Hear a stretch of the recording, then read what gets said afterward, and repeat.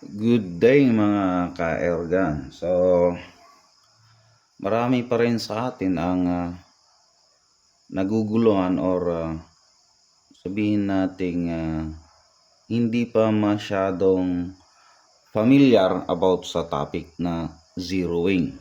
Okay? Siguro ang unang i-input ko lang about sa zero muna is actually ang zeroing or yung pag-zero ng ating scope sa point of impact or yung tinatawag na POI sa ating board ay ito yung pinakahuling part actually. Ito yung pinakahuling part na ginagawa natin sa ating ergan.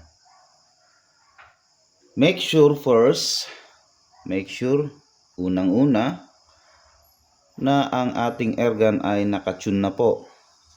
What I mean is yung patama mo na is maganda na yung groupings. Sabihin natin 0.2, 0.3, 0.6 inches yung diameter niya.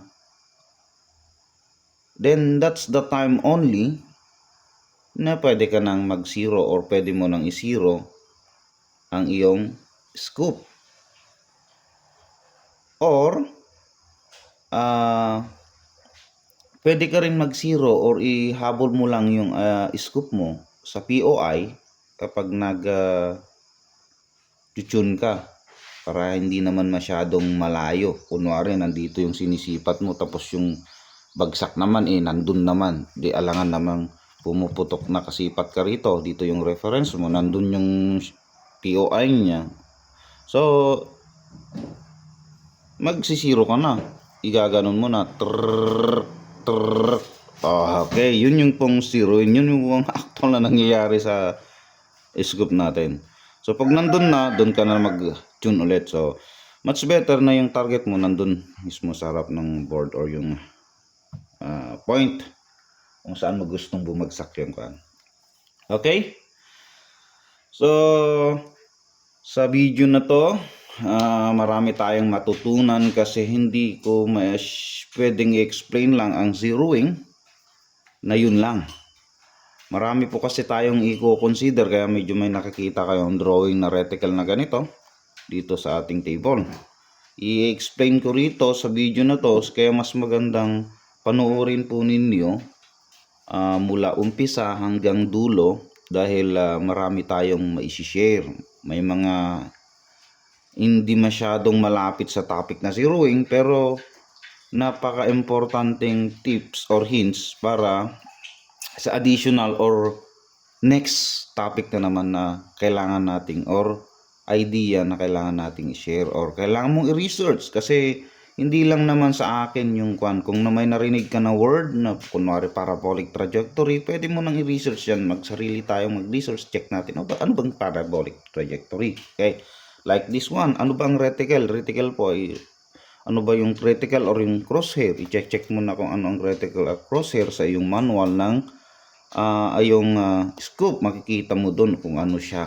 Okay, like that. Parang nagiging starting point lang ang video natin. Sa mga naibibigay nating mga side tips. Kunwari. Okay, pe-perform din natin mamaya actual yung pag-zero. Okay, ilalagay ko mamaya itong yung cellphone natin sa aking side cam. Then ipapakita ko sa inyo kung ano ang zero. Kung paano natin i-zero after ng ating discussion or table discussion. Let's say ganun. And yun na nga, mag-start na tayo. Okay? So, mahalagang malaman natin yung mga scoop parts. Kasi pag nagsisiro tayo, kailangan alam natin yung scoop parts. Pag nagsisiro tayo, ang pinaka na alam natin dapat is yung elevation turrets at yung windage turret. Yan pong dalawa na yan, yan po ay ang ating dinadial para maigalaw, kung nari ito yung POI natin, para maigalaw natin itong elevation. Kunwari yan, ito elevation to, di po ba? Trrrr. Oh, may sound effect pa. Yan. Then yung windage, trrrr, para mapunta doon sa POI mo, yung iyong reticle or yung scoop sight mo. Okay. So, ang dalawang to ang responsible na yan, mga kaibigan. So, ano naman itong nasa side? Ito yung ilaw, illumination. May mga ganitong scoop, nandito yung illumination, illuminating kanya para ilaw po yung reticle. Kunwari nag-aagaw na yung liwanag at dilim sa hapon. Tignan natin tong isa. Okay, wala siyang illuminate. Hindi, walang, ang scoop na to ay wala. Okay? So, ang meron lang sa kanya is elevation turret, windage turret, tapos yung turret niya sa parallax or yung image clarity, responsible sa image clarity. So, bakit ito illumination, asan yung parallax niya? So, nasa front parallax po siya, dito ka nag-a-adjust ng yung parallax. Dito naman is dito sa side parallax po ang isang scoop na to. So, magandang sample po itong dalawa para ma-check natin. Mostly yung iba nandito sa side parallax yung idadial ninyo para iilaw ng green, red, ninipis yung red, kakapal yung ilaw na red sa iyong reticle. Iilaw kasi itong reticle natin. Okay, so natapos na tayo yung parts na pwede mong galawin sa pag zero. Okay, ito yung sinasabi ko, kaya kailangan nating panoorin mula yung pusa hanggang huli. Hindi ko pwedeng ituro lang na ganyan na gano'n lang.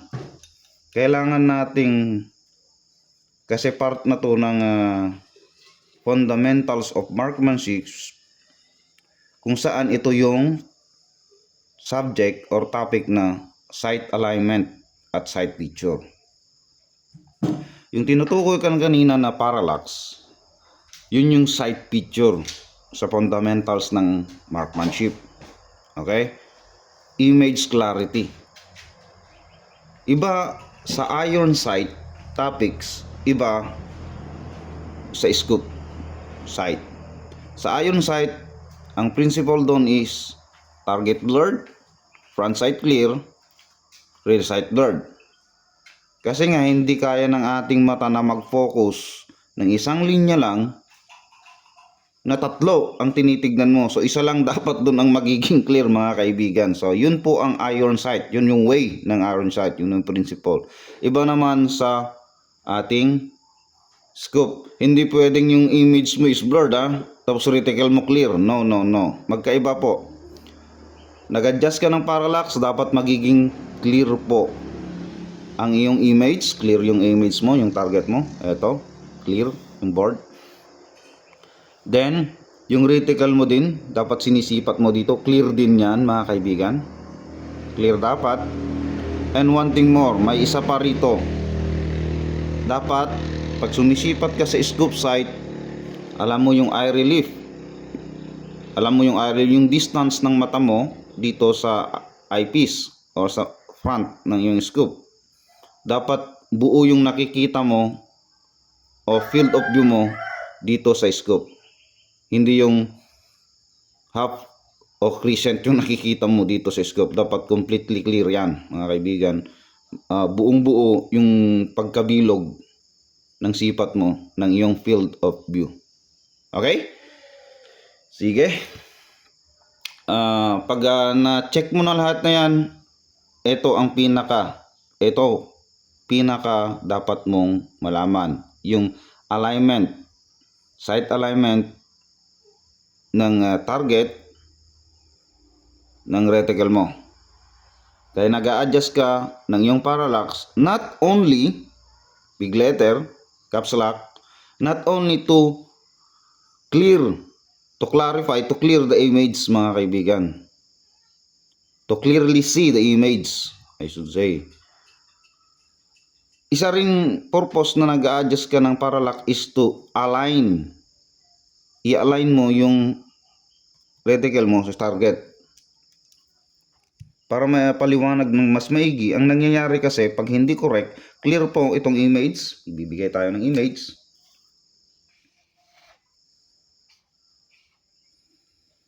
Clear po yung image na yan. Yung target natin. So nakikita mong clear. Clear din naman ito. Tapos nakatapat na yan. Kapag hindi correct ang iyong parallax, ang akala mo nakatapat po yung dead center mo, yung gitna ng iyong reticle, nakatapat dyan. Ang akala mo nakatapat, hindi pala, mga kaibigan. Nakaganon pala. So, pag pinutukan mo na, ang akala mo ganyan yung tingin mo, of course, ang babagsakan ng bala is dito. Boom. Kasi ang tingin mo ganyan, pero yung correct sight alignment mo pala is nandyan. So sa mga basic din sa iron sight, alam nila kung ano yung sight alignment. For example, sa iron sight, ito yung front sight. Ito naman yung rear sight. Kunwari tabingi, mas malapit ito, poste mo, dalawang rear sight mo na to, mas malapit dyan, kunwari ganyan. Ang sipat mo, mas maluwang dito, mas spacious dyan, at di kaysa rito. Ang mangyayari dyan, yung shot marks mo or POI mo ay nasa kanan, same as nangyari dito. If nakukuha yung gusto kong sabihin, mali yung sight alignment niya, akala niya tama rito, pero babagsakan ng bala nandun kasi ang talagang correct is ganyan. So sa iron sight, how to correct? Syempre madali lang. Pagparehasin mo tong distance na yan. Ito, pagparehasin mo yan, sigarong nasa gitna. Then pagpantayin mo yung ulo ng front sight mo, front sight at rear sight, pantay dapat yan, siguradong nasa gitna. Correct ang iyong sight alignment. Okay? Dahil scope ang pinaka main target natin, topic natin is how to check. Igagalaw mo po yung kunwari ito yung mata mo, ito yung scope. Igagalaw mo yung ulo mo, yung mata, igano-ganon mo, left or right, up and down. Dapat hindi nagagalaw yung scope or yung buong unit ng rifle, hindi nakadikit ang iyong katawan. Yung ulo mo igagano-ganon mo lang with correct eye relief, yung distance ng mata, igagalaw-galaw mo lang ganyan. Kapag nakikita mo na gumagalaw to ng ganyan, kunwari ina-up and down mo yung mata mo ganyan, gumaganyan din yan, ibig sabihin, or sinaside mong ganyan, gumaganyan din yan, ibig sabihin hindi correct po yung parallax. Even though na clear po yung image at ng reticle, nakikita nyong napaka-clear sa iyong scope pag tinya-check mo. So anong gagawin? Pihitin nyo ng maigi or maayos sa front parallax, pihitin nyo ng maigi yan. Hanapin nyo, kunwari 50 meters. Pag nahanap nyo na yan at ginagalaw-galaw nyo ganyan, mamarkahan nyo na ito sa 50 meters kunwari sa front parallax. Mali po yung binibigay na numero sa mga usually sa mga scope natin, 50 yards, mga ganyan. Kunwari tapat mo 50 yards na, kinorek mo dito, hindi po nagiging correct, hindi po tama. May mga scope na ganun, may scope naman na okay naman, so far so good. Same as dito sa side parallax, ipihit nyo ng dahan-dahan lang, konti-konti lang. Hanapin nyo, konting-konti lang, and then until pag na-point mo na, markahan mo na kasi mahirap magkamali later on. Okay, pag nakita mong ginagalaw mo yung mata mong ganyan, hindi gumagalaw to, naka-target lock. Naka-target lock yung reticle mo sa iyong target, hindi talaga gumagalaw. That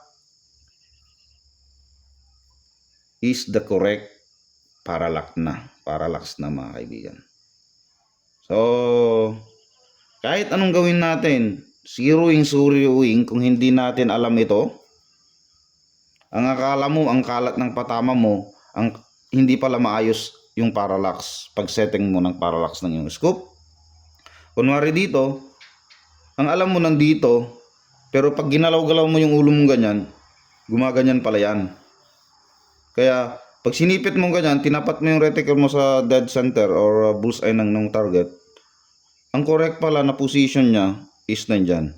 Kaya pag pinutok mo na, nandyan na yung shot marks mo or POI mo. Okay? Same as pag nagload ka na naman, then sumipat ka naman, akala mo nandyan, nandun pala yung reticle. Yung correct parallax or sight alignment mo na tama. So pag puputok yan, nandito. Tiyug. Another is puputok ka naman hanggang akala mo makalat yung patama mo, mga kaibigan. Akala mo hindi nakatune yung iyong airgun, pero the truth is mali lang pala yung pag sight alignment mo or the sinasabi nating parallax ng ayong scope, mga kaibigan. So pag correct yan, pag dyan na dyan, makikita mong solid po yung patama mo, nandito lahat. Akala mo hindi nakatune yung airgun mo, pero nandun na pala yung pinaka best tune para sa yung airgun. And pag nakita mo one holer,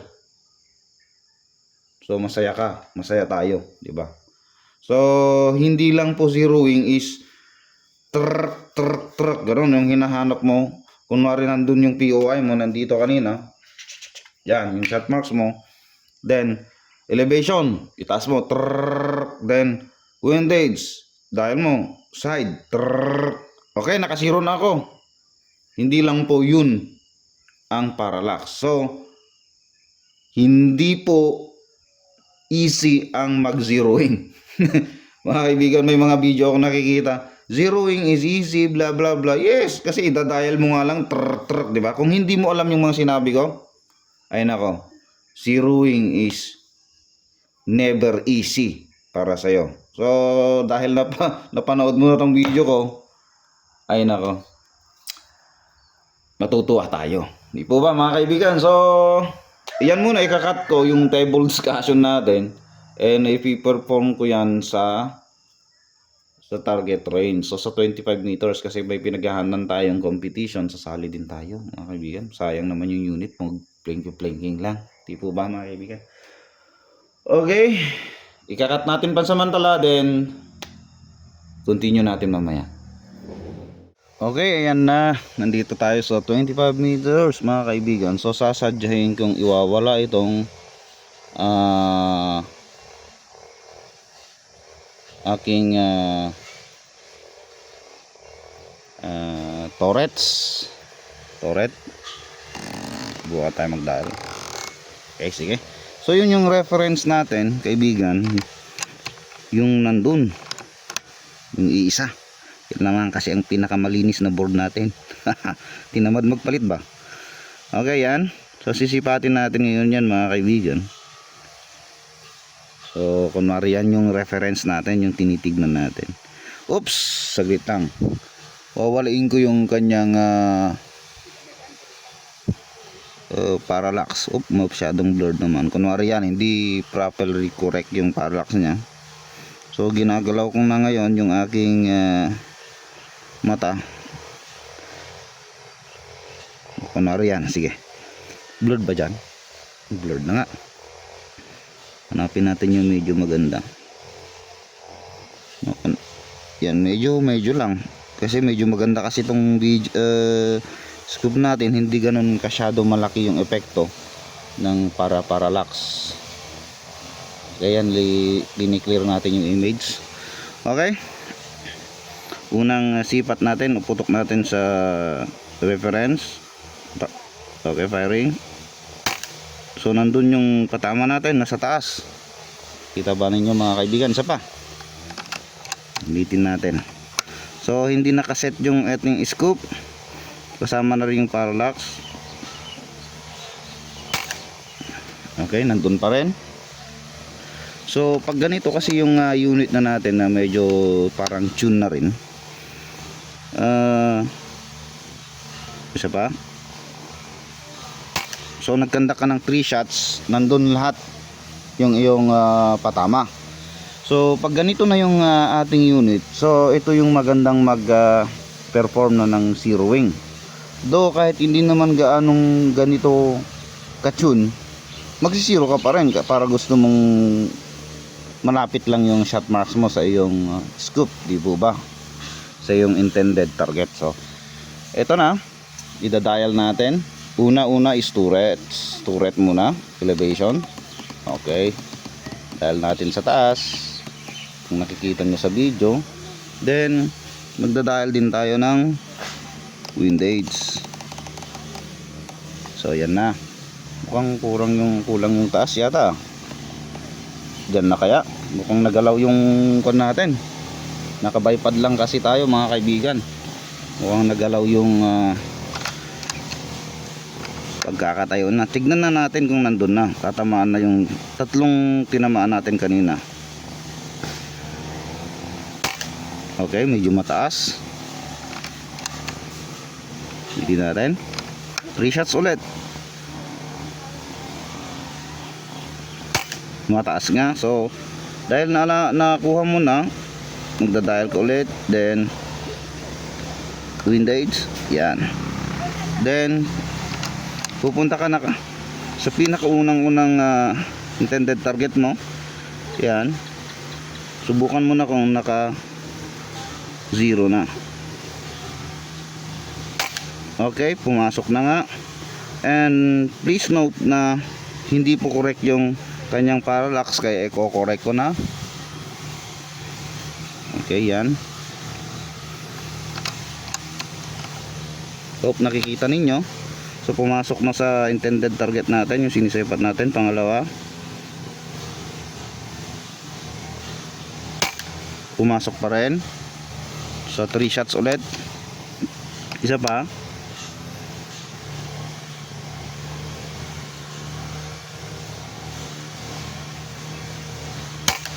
Pumasok ulit. So gumagamit tayo ng meteor mga kaibigan, na resize na meteor, at sinorse ko na rin by weight. So ayan na nga sila, na-correct yung parallax. Kanina napansin nyo nung hindi pa correct yung parallax nya, diba halos magkatabi po sila sa taas. Nung inulit na naman natin ng 2 shots na sa taas kasi hindi correct yung ating pag zero, magkatabi sila, di po ba napapansin nyo? Malaking kaibahan pag kinorek po natin yung parallax natin, specifically to the point na yung sight alignment nya is very correct. Nakita nyo po, halos doon po, halos dyan po mga kaibigan, mga kaergan, dyan po mismo pumasok yung tatlong pellet. So ganun lang po kasimple pag alam na natin. Pag hindi natin alam yung sinasabi kong parallax, correct sight alignment, correct parallax, mahihirapan po tayo mag zero. Ang akala natin kanina parang yan, ang kalat, magkakatabi. Yung isa kanina nandyan, yung isa nandyan, dalawa sila dyan, nandyan. Tapos yung nung hinanap pa natin nandyan, tapos tumaas konti, parang magkakatabi yung point of impact natin. Yung pala hindi correct yung parallax. So nung pinunta ko na dyan, pumasok, then kinorek ko yung parallax, pumasok lahat yung tatlo dito mismo sa dot na yan. Di po ba mga kaibigan? So ayan, if any question po, may mga question pa po kayo, pwede kayong magtanong. May mga hindi natin kasi medyo may mga topic na side topic na hindi natin masyadong dinidiscuss kasi masyadong hahaba na po ang ating video mga kaibigan. So ganun talaga, dapat share kung anong meron ka. Hindi tayo ma-develop pag hindi tayo marunong mag-share. Hindi ka marunong mag-research, matuto sa mga may alam. Always kailangan nating yun nga sinasabi natin, knowledge is a continuous process. Okay mga kaibigan, so hope nakapagbigay na naman tayo ng magandang kwentuhan mga kaibigan, at sana ma-minimize na po yung mga katanungan sa akin about zeroing, about bakit ganito hindi makalat-balat. Baka ito lang ang problema, baka nasa sight alignment parallax lang ninyo ang problema at hindi yung buong unit po ninyo. pag na-perform nyo na to tapos makalat pa rin, ay nako, alams nyo na ang gagawin nyo mga kaibigan. Nandito nang naman ang inyong kaibigan. Pwede kayong mag-send sa akin, ayusin natin, check upin natin yan, di po ba? And ayun, salamat sa panonood. And wag pong kalimutan mga kaibigan na mag-subscribe sa ating YouTube channel, kasi napakahalaga po sa atin ito para mas ma-share natin ang ating nalalaman sa mga iba pang kaerganero natin. And nakakatulong po ito sa improvement or development ng ating channel, di po ba? Kung nakakatulong tayo, di masaya tayong mag-subscribe, di ba? Or may mga natututunan tayo sa isang channel. Ayun, salamat mga kaibigan. Good day.